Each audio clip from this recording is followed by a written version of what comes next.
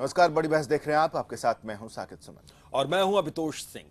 स्वास्थ्य मंत्री अनिल विज पर अपने इलाके की अनदेखी का आरोप लगाकर कांग्रेस विधायक करण दलाल ने एक बड़ी बहस को हवा दे दी है, जिसमें पहला बड़ा सवाल यह है कि क्या यह जरूरी है कि हर अस्पताल की सेहत जांचने और उसे दुरुस्त करने के लिए स्वास्थ्य मंत्री को छापेमारी या दौरा करना पड़े। जबकि दूसरा सवाल यह है कि क्या स्वास्थ्य मंत्री की छापेमारी के बाद का वाकई में अस्पतालों के हालात बदलते नजर आए हैं।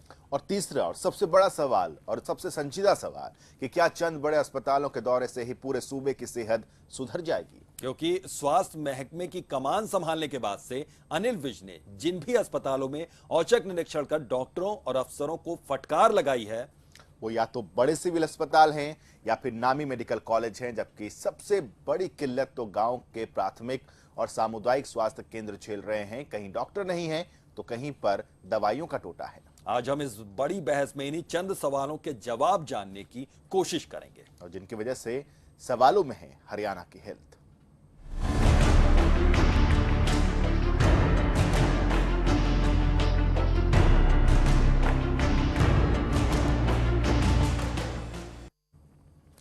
स्वास्थ्य महकमे की कमान संभालने के बाद से ही अनिल विज दावा कर रहे हैं कि उन्होंने अपने महकमे में काम करने का ढंग बदल डाला है और अब तो वो महकमे को हाईटेक करने की दिशा में भी आगे बढ़ रहे हैं। लेकिन पलवल से कांग्रेस के विधायक करण सिंह दलाल का आरोप है कि स्वास्थ्य मंत्री ने सिर्फ अंबाला से लेकर कुरुक्षेत्र तक के ही इलाकों पर ध्यान दिया है और पलवल, मेवात जैसे बड़े इलाके को दरकिनार कर दिया।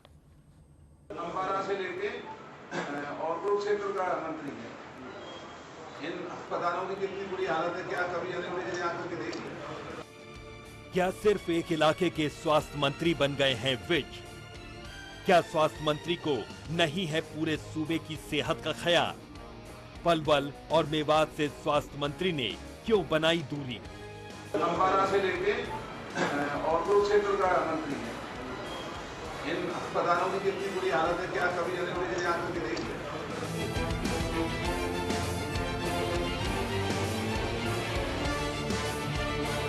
सूबे की सेहत सुधारने के मिशन पर निकले स्वास्थ्य मंत्री अनिल विज की मंशा पर ही विपक्ष ने सवाल उठा दिए हैं। कांग्रेस का आरोप है कि स्वास्थ्य मंत्री की मुस्तैदी सिर्फ एक ही इलाके तक सिमट कर रह गई है, जिस वजह से सूबे के एक बड़े हिस्से की सेहत दिनों दिन बिगड़ती जा रही है। पलवल से कांग्रेस विधायक करण दलाल ने सीधे तौर पर अनिल विज को अंबाला से कुरुक्षेत्र तक का स्वास्थ्य मंत्री बता डाला है। उनको शिकायत इस बात की है कि अपनी छापेमारी के लिए मशहूर स्वास्थ्य मंत्री ने एक बार भी उनके इलाके के अस्पतालों का जायजा नहीं लिया।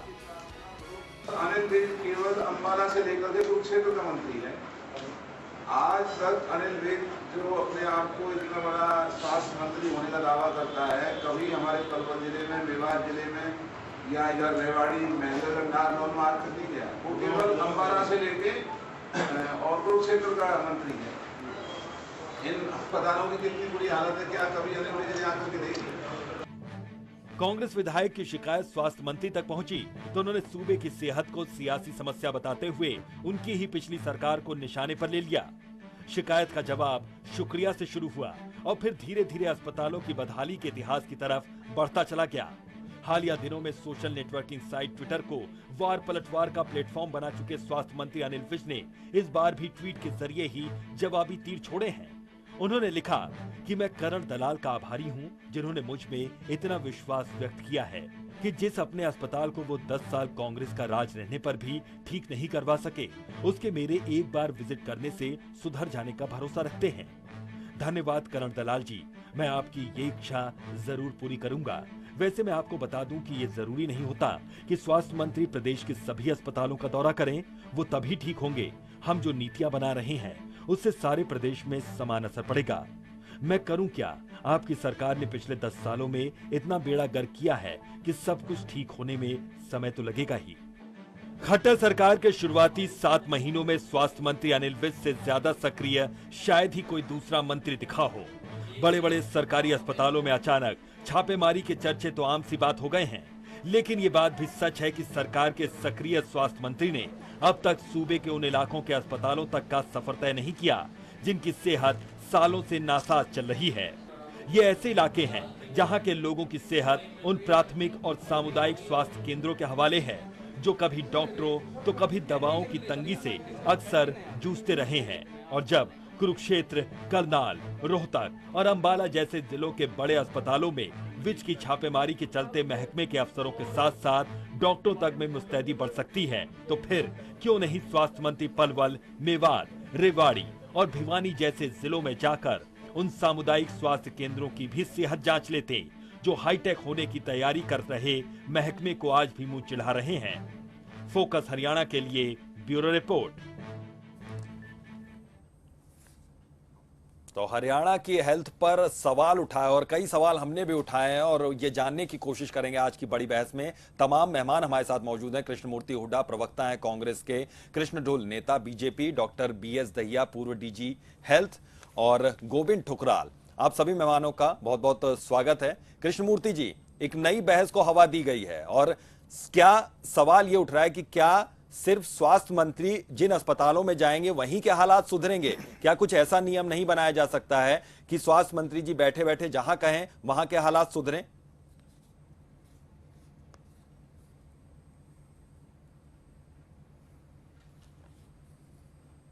कृष्णमूर्ति जी, देखिए, स्वास्थ्य मंत्री शेखियां बहुत मारते हैं, अपने आप को दिखाते हैं कि जैसे बहुत बड़े हैं और जहां वो जाएंगे वो ठीक हो जाए, सब कुछ ठीक हो जाएगा।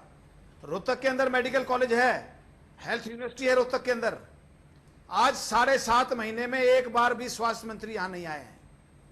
रोहतक के आए थे, खेलों के एक कार्यक्रम में आए थे, महज मेडिकल कॉलेज से 1.5 किलोमीटर दूर, लेकिन मेडिकल कॉलेज में नहीं आए। एक्स चीफ मिनिस्टर चौधरी हुकम सिंह की डेथ हुई, बड़ी भारी कंट्रोवर्सी हुई, एक बार भी इस मामले को देखने के लिए नहीं आए। आज रोहतक मेडिकल कॉलेज में हेल्थ यूनिवर्सिटी के अंदर पिछले महीने की तनख्वाह नहीं मिली है, लेकिन स्वास्थ्य मंत्री को इस बात की परवाह नहीं है। ना डॉक्टरों को तनख्वाह मिली है, ना बाकी लोगों को तनख्वाह, बाकी जो एम्प्लॉइज उनको तनख्वाह मिली है। लेकिन ये है, बातें बहुत मारेंगे, दिखाएंगे कि ये बहुत हाई फाई मिनिस्टर हैं और जहां ये चले जाएंगे वहां सब कुछ ठीक हो जाएगा। आज कहां के स्वास्थ्य मंत्री हैं?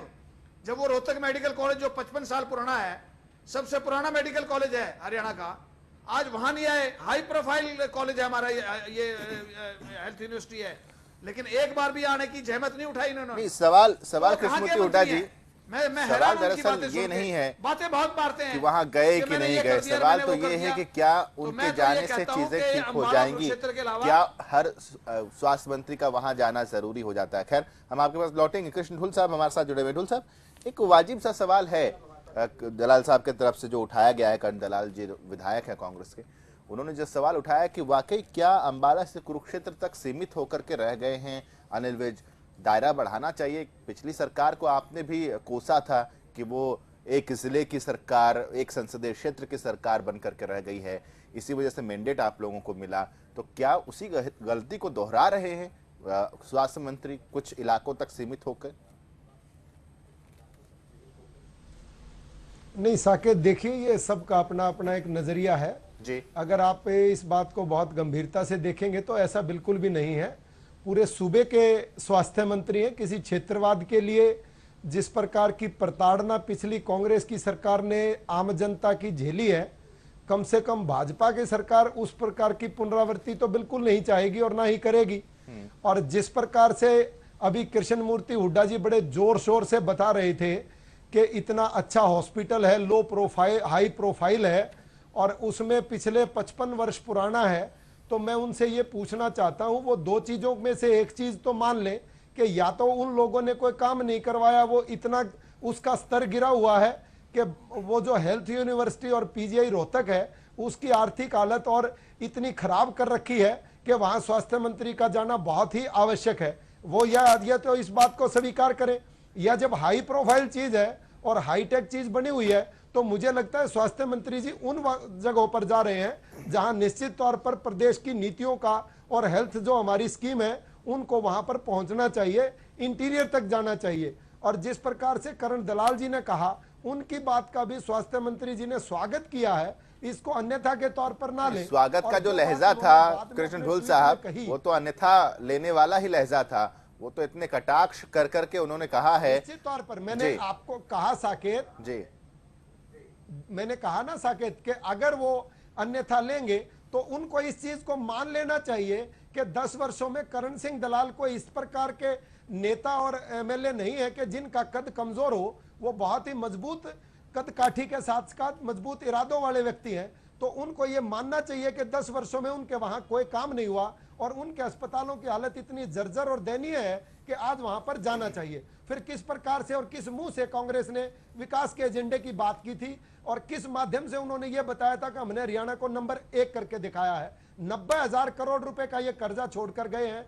बेरोजगारों को जिस प्रकार नहीं, से आज आप माननीय कृष्ण ढुल जी जो कमियां बता रहे हैं, वो कमियां आपने चुनाव के दौरान भी बताई थी और शायद यही सुनकर, यही सोच समझकर वहां की जनता ने आपको वोट दिया था, आपको जीतकर सत्ता में लाए थे कि चीजें अब सुधरेंगी। तो अब तो मौका है आपके पास चीजें सुधारने का।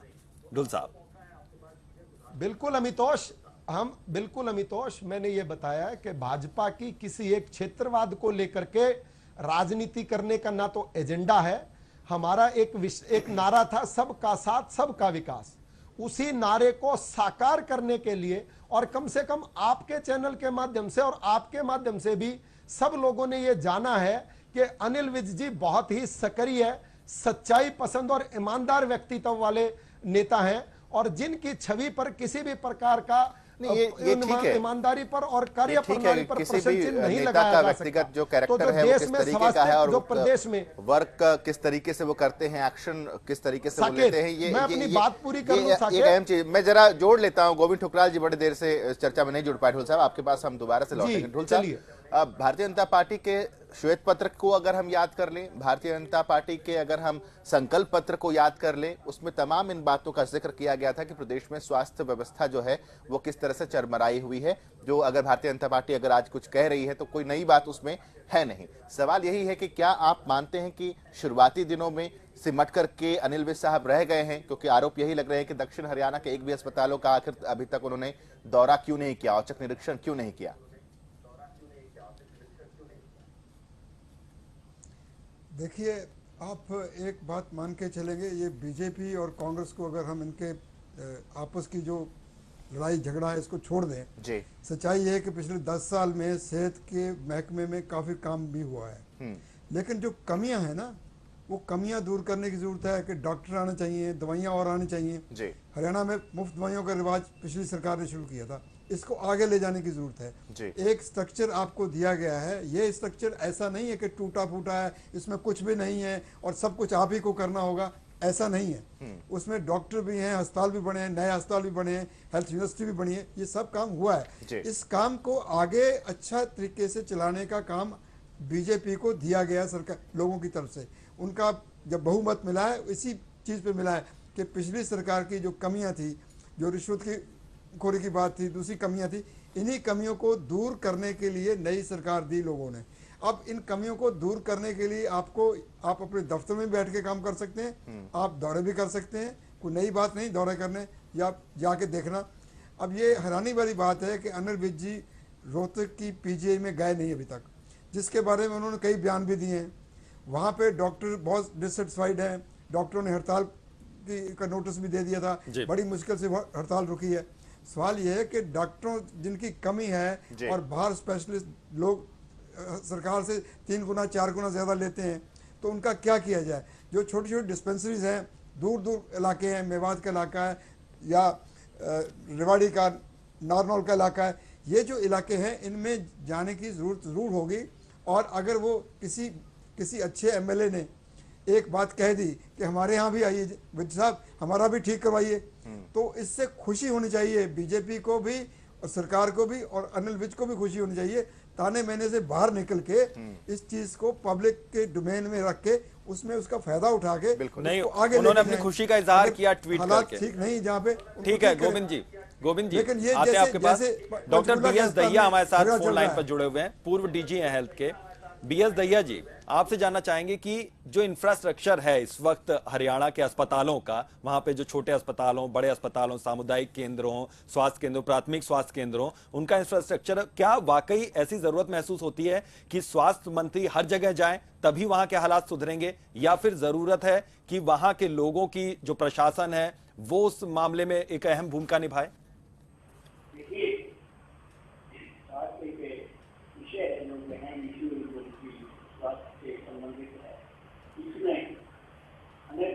डिसाइड नहीं करना चाहिए बीजेपी क्या है, कांग्रेस क्या है, जी, और ओवरनाइट 6-7 महीने में कोई और से महीने की इनकम में तब्दीली आ जाएगी।